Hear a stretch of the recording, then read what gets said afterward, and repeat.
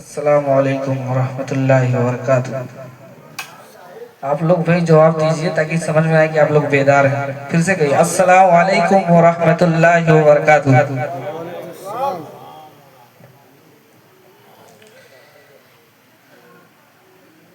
الحمدللہ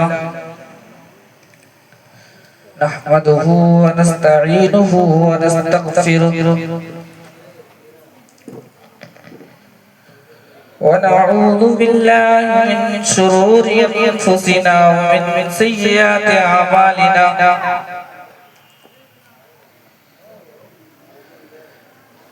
من يهده الله فلا مضل له ومن يضلل فلا هادي له أشهد أن لا إله إلا الله وأشهد أن محمدا عبده ورسوله يا أيها الذين آمنوا اتقوا الله حق تقاته ولا تموتن إلا وأنتم مسلمون يا أيها الناس اتقوا ربكم الذي خلقكم من نفس واحدة وخلق منها زوجها وبث منهما رجالا كثيرا ونساء واتقوا الله الذي تساءلون به والأرحام إن الله كان عليكم رقيبا يا أيها الذين آمنوا اتقوا الله وقولوا قولا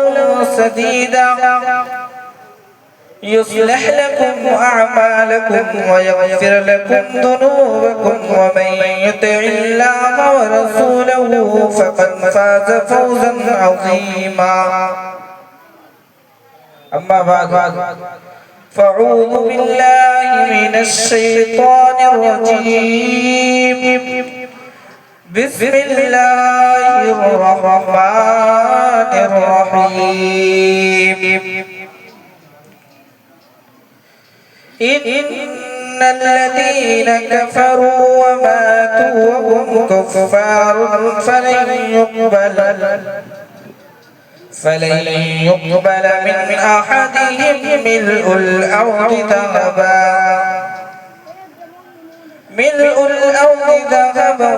ولو افتدى به أولئك لهم عذاب أليم وما لهم من ناصرين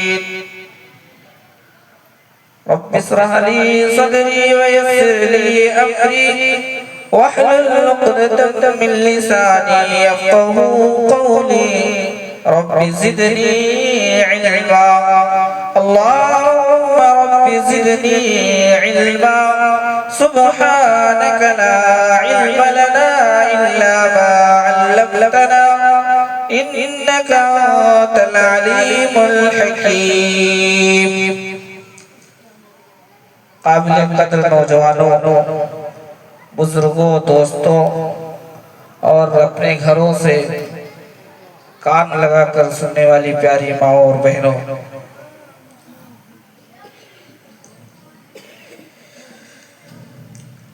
الحمدللہ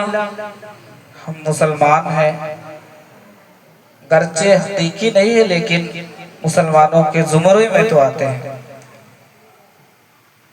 لیکن ہمیں حقیقی مسلمان بننے کی کوشش کرنی چاہیے۔ آپ یہ جان لیں کہ انسان جو اپنی پونجی ہوتا ہے اس کا وہ بہت بچا کر رکھتا ہے، جو سرمایہ ہوتا ہے، جو پونجی ہوتا ہے بہت ہی محفوظ جگہ میں رکھتا ہے۔ ہم اور آپ بھی اپنے پونجی کو، پونجی سمجھتے ہیں نا کس کو کہتے ہیں؟ روپیہ پیسہ جو کاروبار کا ایک حصہ ہوتا ہے جس سے آپ اپنا بزنس اپنا کاروبار چلاتے ہیں، اس میں سے کچھ مخصوص حصہ جو پونجی کے طور پر آپ سمجھتے ہیں اس کو گنوانا نہیں چاہتے۔ اور آپ کو میں بتا دوں اور آپ کو جاننا بھی چاہیے کہ ایک مسلمان کا پونجی کیا ہے جو اسے دنیا میں بھی بچانا ہے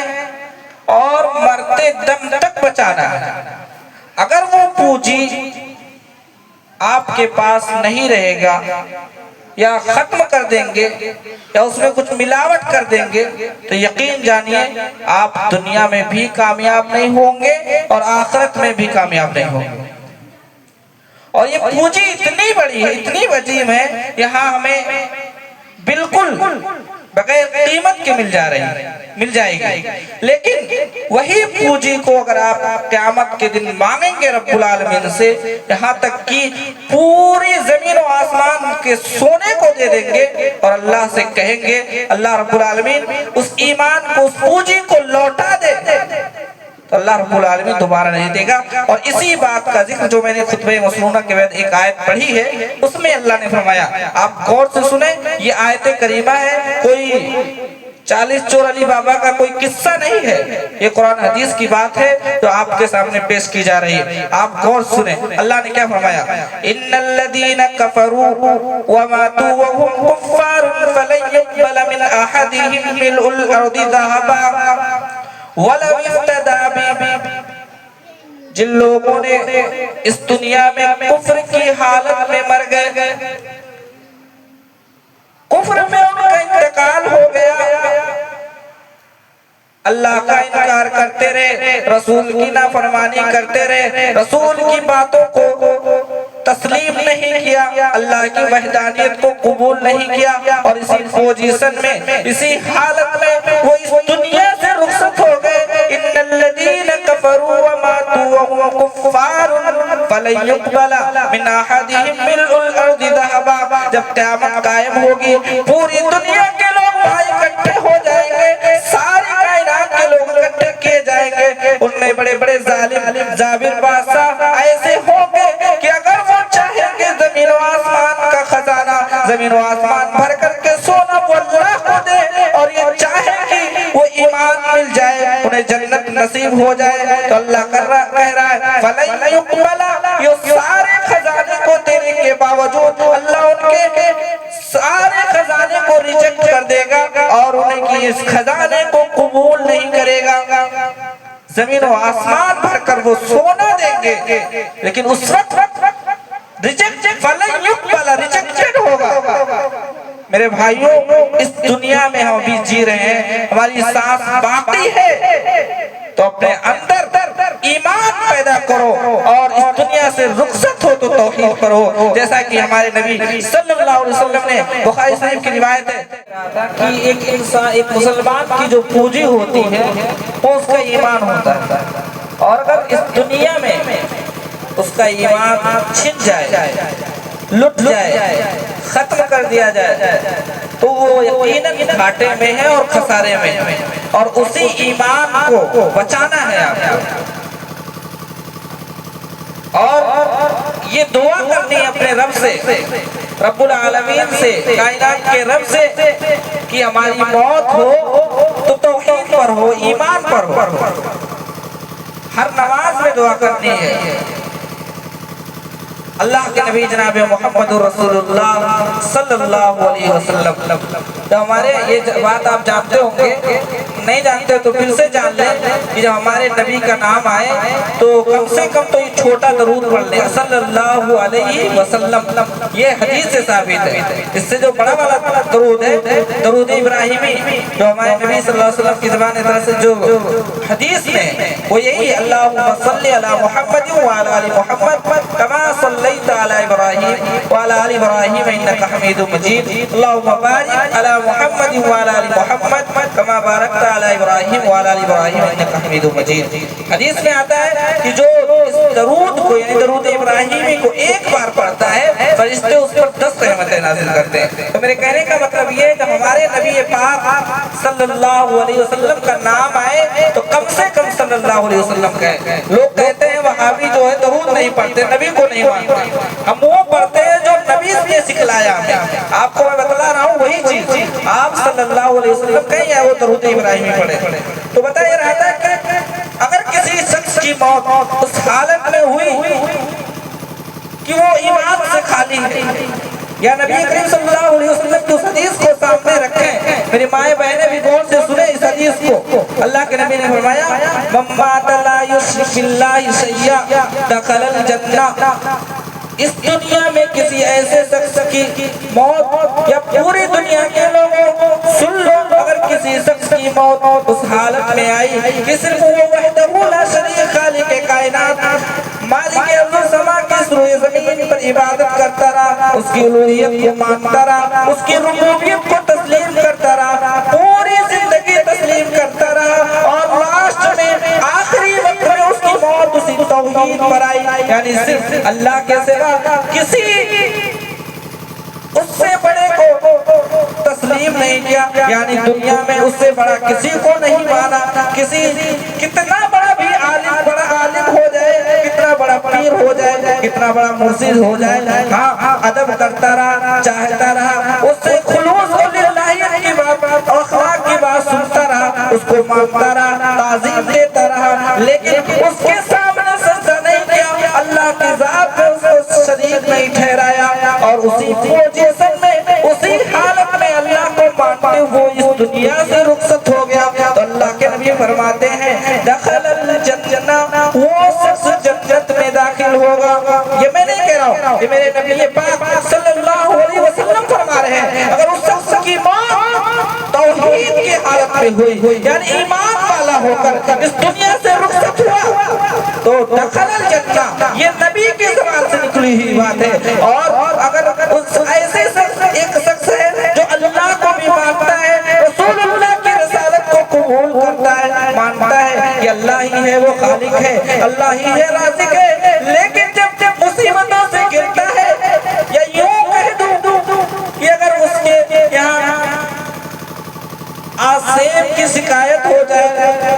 یا دیگر مصیبتوں میں گر جائے، تو وہاں وہ اللہ کو بھول جاتا ہے، نہ جانے کیسے کیسے درگاہوں پر چکر لگاتا ہے، یہ فلاں ہے جو میری بگڑی بنا دیں گے، یہ فلاں ہے جو میرے مشکل کو حل کر دیں گے۔ اگر وہ ایسا کرتا رہا، اللہ کو مانتا بھی رہا لیکن شرک بھی کرتا رہا، اس کی ذات میں شرک میں جس بھی کرتا رہا، اور اسی پوزیشن میں وہ مر گیا،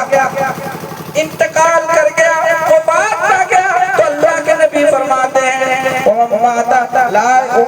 يُشْرِكْ بِاللَّهِ شَيْئًا دَخَلَ النَّارَ، ایسے شخص کی جو موت ہوگی تو وہ جہنم میں داخل ہوگا۔ اس حدیث سے بھی آپ ایمان کا، توحید کا اندازہ لگا سکتے ہیں، آپ واقعہ کے بہت دلدادہ ہیں۔ اس لیے میں مسند احمد کی ایک روایت جو بہت مشہور روایت ہے آپ لوگوں کے سامنے پیش کرتا ہوں، خاص طور سے اس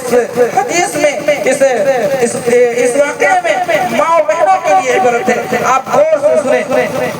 کہ ایمان کتنی ضروری ہے۔ لوگوں نے ایمان ہی کے خاطر، صحابہ نے، صحابیات نے جانوں کو نچھاور کر دیا، اپنی جان دے دی، لیکن ایمان کو بچا کر رکھا۔ امام احمد اپنے مسند میں نقل کرتے ہیں، اللہ کے نبی جناب محمد رسول اللہ صلی اللہ علیہ وسلم کو جب معراج کا سفر کرایا گیا، جب آپ معراج میں گئے تو ایک بہت عجیب اور عمدہ خوشبو آپ نے محسوس کیا، اور جبریل سے کہا اے جبریل یہ بہت عمدہ خوشبو ہے، تمام تر خوشبوؤں سے بہتر ہے، آخر منظر کیا ہے کہ مجھے یہ خوشبو بہت عمدہ معلوم ہو رہی ہے؟ جانتے ہیں آپ اللہ کے نبی جناب محمد رسول اللہ صلی اللہ علیہ وسلم کو حضرت جبریل فرماتے ہیں کہ اے اللہ کے نبی، فرعون کے بیٹے کو فرعون کی نوکرانی کنگھی کر رہی تھی، کیا کر رہی تھی؟ کنگھی کر رہی تھی اس کے بالوں میں، اور کنگھی کرتے کرتے اس کے ہاتھ سے وہ کنگھی چھوٹتی ہے، زمین پر گر جاتی ہے۔ اتنے میں وہ کہتی ہے، اس کی زبان سے ادا ہو جاتے بسم اللہ۔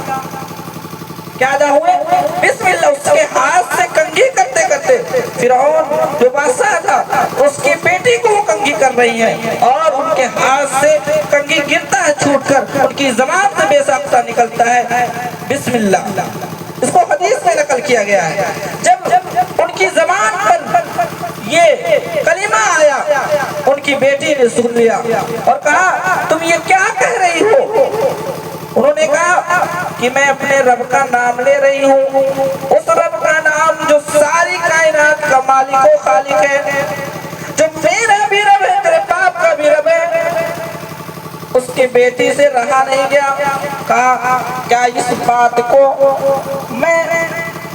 اپنے ابو سے یعنی بادشاہ فرعون سے بتا سکتی ہوں؟ اس نے کہا ہاں بے ساختہ جائیے اور بتا سکتی ہوں، کیونکہ یہاں ایمان کا معاملہ تھا۔ میری مائیں بہنیں سنیں، ذرا سی مصیبت آ جانے پر وہ گھبرا جاتی ہیں، نہ جانے کیسے کیسے لوگوں کو اور کس طریقے سے اپنے ایمان کو لٹا دیتی ہے۔ وہ بھی عورت ہے اور وہ بھی نوکرانی ہے، خادمہ ہے، غلام ہے۔ اس کے ہاتھ سے کنگھی گرتا ہے اور اس نے بسم اللہ کہا کہ کیا میں اس چیز کو، اس بات کو اپنے باپ سے بتلا دوں؟ کہا ہاں جاؤ اپنے باپ فرعون سے، بادشاہ سے بتلا دو۔ وہ لڑکی گئی، فرعون کی بیٹی اپنے باپ سے کہتی ہے ایک نوکرانی جو میری کنگھی کر رہی تھی اس نے کسی اور کو اپنا رب مان رکھا ہے، مجھے کنگھی کرتے کرتے جب اس کے ہاتھ سے کنگھی گرتی ہے تو اس نے بسم اللہ پڑھا۔ فرعون جب سنتا ہے اس نوکرانی کو، اس خادمہ کو طلب کرتا ہے، بلاتا ہے، اس کے نوکروں سے پکڑ کر لے جاتے ہیں اور وہ فرعون کے سامنے حاضر ہوتی ہے، کہتی ہے ہاں میں نے یہ اقرار کرتی ہوں کہ اے فرعون تیرا رب اور میرا رب، ان ربی و ربکم اللہ، میرا بھی رب اور تیرا بھی رب اللہ ہے۔ فرعون کہتا ہے سوچ لے، تجھے سخت سے سخت سزا دی جائے گی، اگر تم اس چیز سے باز نہیں آئی تو میں تجھے سخت سے سخت سزا دوں گا۔ کہتی ہے میں نے توحید کا اقرار کر لیا ہے، اللہ کو اپنا رب مان لیا ہے، میرے دل سے یہ ایمان نکل نہیں سکتا، میری جان جا سکتی ہے لیکن میرا ایمان نکل نہیں سکتا۔ فرعون بوکھلایا، وہ سوچتا ہے میری چوکھٹ پر پڑنے والی یہ نوکرانی میں جب دیتا ہوں تو یہ کھاتی ہے، میرے ٹکڑوں پر پڑنے والی یہ نوکرانی مجھ سے زبان لڑا رہی ہے۔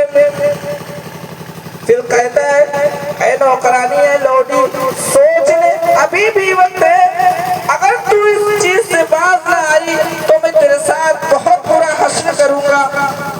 حدیث میں آتا ہے کہ اس نوکرانی کے غالباً 4 بچے تھے اور ایک بچہ جو ہے بہت چھوٹا تھا اور وہ اپنے گود میں لیے ہوئے تھے، گود میں اس کو پکڑ کر رکھی تھی۔ فرعون بہت خفا ہوتا ہے، غصے میں نوکروں کو حکم دیتا ہے کہ آگ جلائی جائے۔ آگ جلائی گئی، آگ کے تندور سے جب شعلہ پھڑکنے لگا اس کی لپٹیں شباب پر آ گئی۔ فرعون نے اس کے سامنے ایک ایک بچے کو اس آگ میں ڈالنے کا حکم دے دیا۔ بڑے بیٹے کو لا کر کھڑا کیا گیا، اس کی ماں بھی سامنے کھڑی ہے، اس بچے کو حکم دیتا ہے کہ اس بچے کو آگ میں ڈال دیا جائے۔ بڑے بچے کو جیسے ہی آگ میں ڈالا گیا، آگ اتنی تیز تھی، شباب پر تھی کہ بچے کو آگ میں ڈالتے ہی اس بچے کی راکھ، وہ بچہ راکھ میں تبدیل ہو گیا۔ فرعون نے